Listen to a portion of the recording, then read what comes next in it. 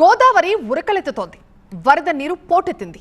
గోదారమ్మ ఉరకలేస్తూ దేవీపట్నం మండలం గొందూరుగండి పోచమ్మ ఆలయం వెలుపల వరకు వరదలొచ్చేసింది.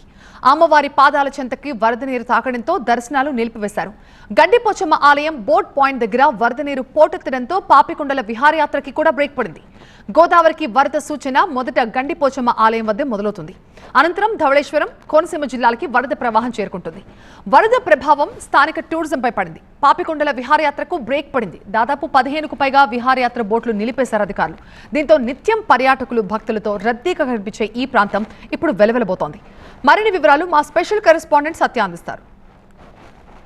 జూలై నెల ప్రారంభం కావడంతో ఒక పక్క వర్షాలు, మరోపక్క వరదగా ద్వారా కూడా అంతకంతకు పెరుగుతున్నటువంటి పరిస్థితి నేపథ్యంలో ప్రస్తుతం మనం దేవీపట్నం మండలం గండిపోచమ్మ పాయింట్ వద్ద ఉన్నాం. ఇక్కడ వరద పెరుగుతున్న నేపథ్యంలోనే మొత్తం బోటు షికారు మొత్తం కూడా నిలిపేసినటువంటి దృశ్యాలు చూడొచ్చు. దాదాపుగా 15 నుంచి 20 బోట్లు ఎక్కడికక్కడ ఆగిపోయిన దృశ్యాలు చూడొచ్చు. గాయత్రి బోటు దగ్గర నుంచి కావేరీ బోటు, అలాగే గోదావరి, భగీరథ, అమరావతి మొత్తం బోట్లన్నీ కూడా నిలిచిపోయిన దృశ్యాలు చూడొచ్చు. పర్యాటకులు లేక మొత్తం గండిపోచమ్మ వ్యూ పాయింట్ దగ్గర ఏదైతే ఈ గోదావరి పాయింట్ ఉందో అక్కడంతా కూడా పర్యాటకులు లేక వెలవెలబోతున్నటువంటి దృశ్యాలు కూడా చూసుకోవచ్చు. ప్రస్తుతం ఇక్కడ గండిపోచమ్మ ఆలయానికి కూడా కొంచెం నీరు చేరిపోవడంతో ఆలయానికి సంబంధించినటువంటి మొత్తం దర్శనాలు కూడా నిలిపివేశారు. వరద ప్రవాహం అంటే మొదట జూలై నెలలో వరద ప్రారంభమైందంటే సూచన ఈ గండిపోచమ్మ ఆలయం దగ్గర ఉంటుంది. ఎందుకంటే గండిపోచమ్మ ఆలయం పాదాలను తాకిన తర్వాత పైన అంటే అమ్మవారి మొహం వరకు కూడా వాటర్ వెళ్ళిపోతుంటుంది. ప్రస్తుతం మొదట సూచన అంటే జూలై నెలలో మొత్తం కోనసీమకి ఏదైనా వరద సూచన ఉందంటే ఇక్కడ దేవీపట్నం మండలం గండిపోచమ్మ ఆలయం దగ్గర ఉంటుంది. పెద్ద ఎత్తున ఎగువ నుంచి వస్తున్నటువంటి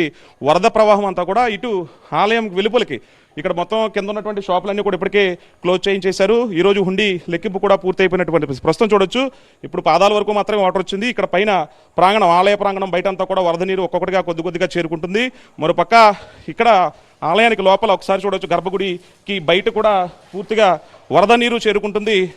గంగమ్మ ఉరకలేస్తూ ఈ జూలై మొదటి వారంలో ఈ సూచన వస్తుంది. ఎందుకంటే తొలకరి పంట ఒకవైపు, వర్షాలు ఒకవైపు, మరోపక్క ఇక్కడ అమ్మవారి ఆలయం లోపలికి కూడా నీళ్లు వెళ్ళిన దృశ్యాలు ఒకసారి చూడొచ్చు. ప్రస్తుతం అమ్మవారి దగ్గర కాళ్ళ చెంతకు ఈ వరద ప్రవాహం చేరడంతో భక్తుల రాకపోకలు కూడా నిలిపివేశారు. ప్రస్తుతం అమ్మవారి గర్భగుడి లోపల కూడా నీరు చేరిపోయినటువంటి దృశ్యాలు చూడొచ్చు. అంటే మొదట ఇక్కడ గండిపోచమ్మ ఈ అమ్మవారికి సంబంధించినటువంటి ఇక్కడ దేవాలయానికి సంబంధించి పూర్తిగా అంటే తర్వాత మొత్తం వరదలు పెరిగిన తర్వాత అమ్మవారి మొహం పైకి వరకు కూడా కిరీటం ఏదైతే పైన వరకు ఈ వాటర్ వచ్చేస్తుంది. మొదటి సూచన మేరకు జూలై నెలలో ఉన్నటువంటి ఈ మొదటి వారం పూర్తిగా పాదాల దగ్గరికి వెళ్ళిన దృశ్యాలు చూడొచ్చు. ఇటు మరోపక్క ఆలయం ప్రాంగణంలోకి పూర్తిగా వరద నీరు కొద్దిగా చేరుకున్నటువంటి దృశ్యాలు చూడవచ్చు. ఇప్పటికే ఆలయానికి సంబంధించినటువంటి సిబ్బంది అప్రమత్తమయ్యారు.